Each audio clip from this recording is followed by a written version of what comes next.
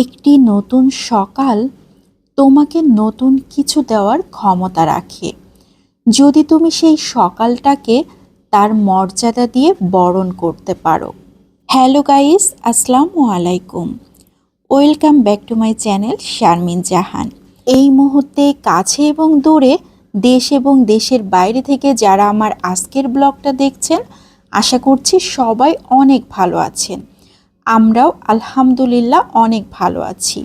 আমারও new daily life blog নিয়ে হাজির হয়ে গিয়েছি। প্রতিদিনের সকাল মানুষের কাছে একটি অন্যরকম অনুভূতির দিন। একটা নতুন সকাল পাওয়া কিন্তু অনেক সৌভাগ্যের, যেটা কিন্তু সবার ভাগ্যে হয় না। এমন অনেক সময় আছে রাত্রে ঘুমানোর পরে হয়তো ঘুমটাই আর ভাঙল না।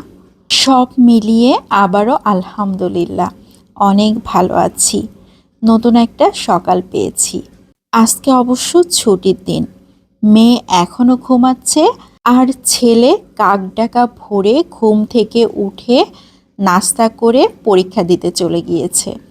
ওর অবশ্য পরপর 3টা পরীক্ষা রয়েছে ব্যাচে। ও সকাল সকালই নাস্তা করে চলে গিয়েছে। আর সকালের আব্বু আজকে ছুটির দিন, এই জন্য তো বাজারে যাবেই। তো সকালের আব্বুকেও আমি নাস্তা দিয়েছি, নাস্তা করেই বাজারে চলে গিয়েছে। তো এখন বাসাতে তেমন কেউই নাই, মেয়ে ঘুম। ভাবলাম এরই মধ্যে আমার নিজের নাস্তাটা রেডি করে নিই। আগের দিন রুটি করে ফ্রিজে রেখে দিয়েছিলাম, সেই রুটি ফ্রোজেন করা ছিল। ফ্রোজেন রুটি বের করে নিয়েছি আর এদিকে ডিম পোস্ট করে নিচ্ছি। সকালবেলা অবশ্য ওদের জন্য অনেক কিছুই তৈরি করেছিলাম। আমার বাসায় এক একজন এক এক রকম খেতে পছন্দ করে, তো যে যেভাবে খেতে পছন্দ করে আমি চেষ্টা করি তাকে সেইভাবে রেডি করে দেওয়ার জন্য। তো ঘুম থেকে উঠেই প্রথমে আমি সেমাই রান্না করেছিলাম সকালের আব্বুর জন্য।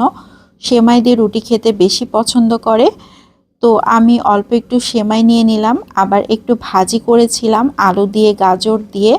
এটা অবশ্য বাচ্চাদের জন্য, ওরা খেয়েছে। আর মেয়ের জন্য রেখে দিলাম, আর আমি অল্প করে একটু নিয়ে নিলাম। সব মিলিয়ে আমার নাস্তা কিন্তু রেডি হয়ে গিয়েছে। প্রতিদিন সকালবেলা অবশ্য এত গুছিয়ে খাওয়া হয় না, তো আজকে ছুটির দিন দেখেই এত কিছু করা হয়েছে।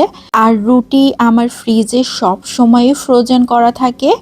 আমি চেষ্টা করি রুটিটা ফ্রোজেন করে রাখতে, কারণ আমার মেয়ের রুটি অনেক পছন্দ। ও যে কোনো সময় হুটহাট করে বলে ফেলে আমি ভাত খাবো না, রুটি খাবো। তখন আমাকে রুটি বের করে দিতে হয়। এজন্য আমি চেষ্টা করি আগে থেকে বেশি করে রুটি তৈরি করে ফ্রোজেন করে রাখার জন্য। তো প্রায় 2-1 দিন পর পরই রুটিটা তৈরি করা হয়। এজন্য রুটি নিয়ে আর কোনো ঝামেলা নাই, যে যেভাবে খেতে চাই সেভাবে আমি আগে থেকেই রেডি করে রাখি। না হলে এক একজনের খাবার এক এক রকম তৈরি করাটাও কিন্তু বেশ কষ্টের। তো কথা বলতে বলতে খাওয়া শুরু করে দিয়েছি। ছোট্ট একটা ব্লগ শেয়ার করলাম আজকের সকালের। তো সবাই ভালো থাকবেন, সুস্থ থাকবেন। ব্লগ ভালো লাগলে অবশ্যই আমার পেজটাকে ফলো দিয়ে রাখতে পারেন। আর যদি ইউটিউব চ্যানেল থেকে দেখেন তাহলে চ্যানেলটাকে সাবস্ক্রাইব করে রাখতে পারেন। আর যদি কোনো প্রশ্ন থেকে থাকে তাহলে কমেন্টে করতে পারেন, আমি অবশ্যই রিপ্লাই দেওয়ার চেষ্টা করব। আজকের মতো এখান থেকে বিদায় নিয়ে নিচ্ছি। সবাই ভালো থাকবেন। আল্লাহ হাফেজ।